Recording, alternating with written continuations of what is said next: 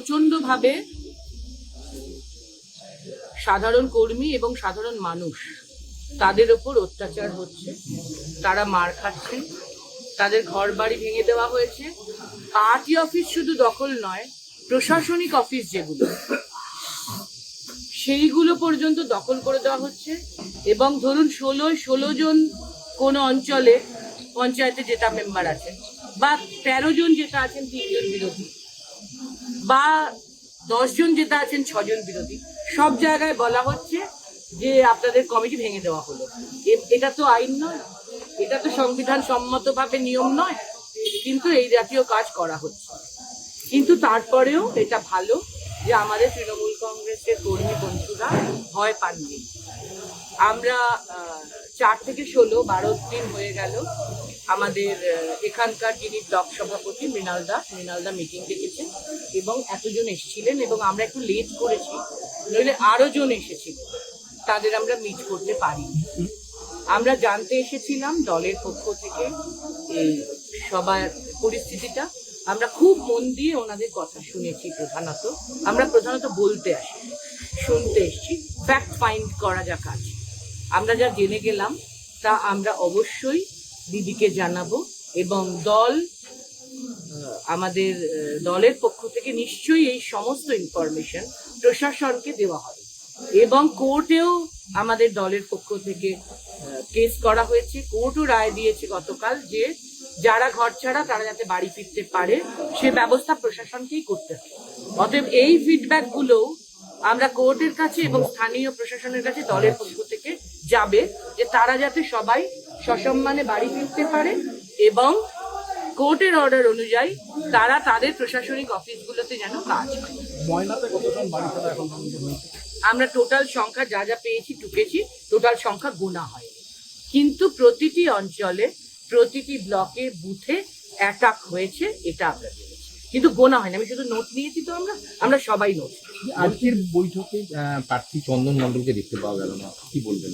না, চন্দন এখানে যারা উপস্থিত তারা জানিয়েছেন যে উনি সবার সাথে ভোটের রেজাল্টের পরেও যোগাযোগ রেখেছেন, এবং আমার সঙ্গে তো কন্ট্যাক্ট হচ্ছিল ফোনেও, আমাদের যারা যোগাযোগ করেছিলেন তাদের সাথেও ছিল। তো কোনো কারণে আমাদের একটা টাইমের ব্যাপারে কোঅর্ডিনেশন গ্যাপ হয়েছে বলে হয়তো তিনি নেই, এখনো পর্যন্ত এটাই আমাদের ফিডব্যাক। বলছি দিদি, পূর্ব মেদিনীপুরে যেভাবে একটা রেজাল্ট হয়েছে 16-0, এর পর্যালোচনা কিছু বলবো? এখানে ময়না তো একই রেজাল্ট। হ্যাঁ, অবশ্যই কি পর্যালোচনা উঠে গেল? প্রচুরভাবে ইভিএম এর দুটো অভিযোগ নির্দিষ্ট আমরা পেয়েছি, যা আমরা অন্যত্রও পেয়েছি, এখানেও পেয়েছি, ভীষণভাবে পেলাম।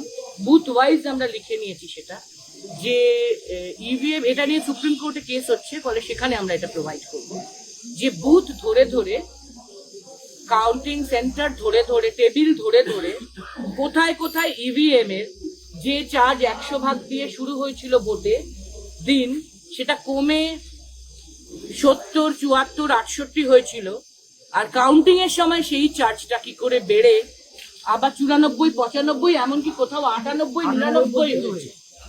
এইটা কি করে হয়? তাহলে ইভিএম এর এই ট্যাম্পারিং তো হয়েছে।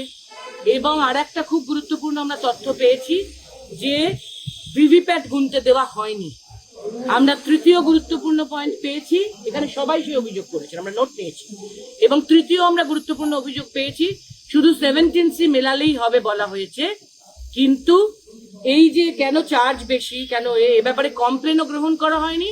এবং ওখানে উপস্থিত ARO, সেন্ট্রাল অবজারভার এবং সেন্ট্রাল ফোর্স সবাই বলেছে যে ভাই গুনলে গোনো, নয়তো তোমাকে বার করে দেব, তোমার কথা শোনা হবে না। এই থ্রেট তো গণতন্ত্রে দেখাবার কথা ছিল না।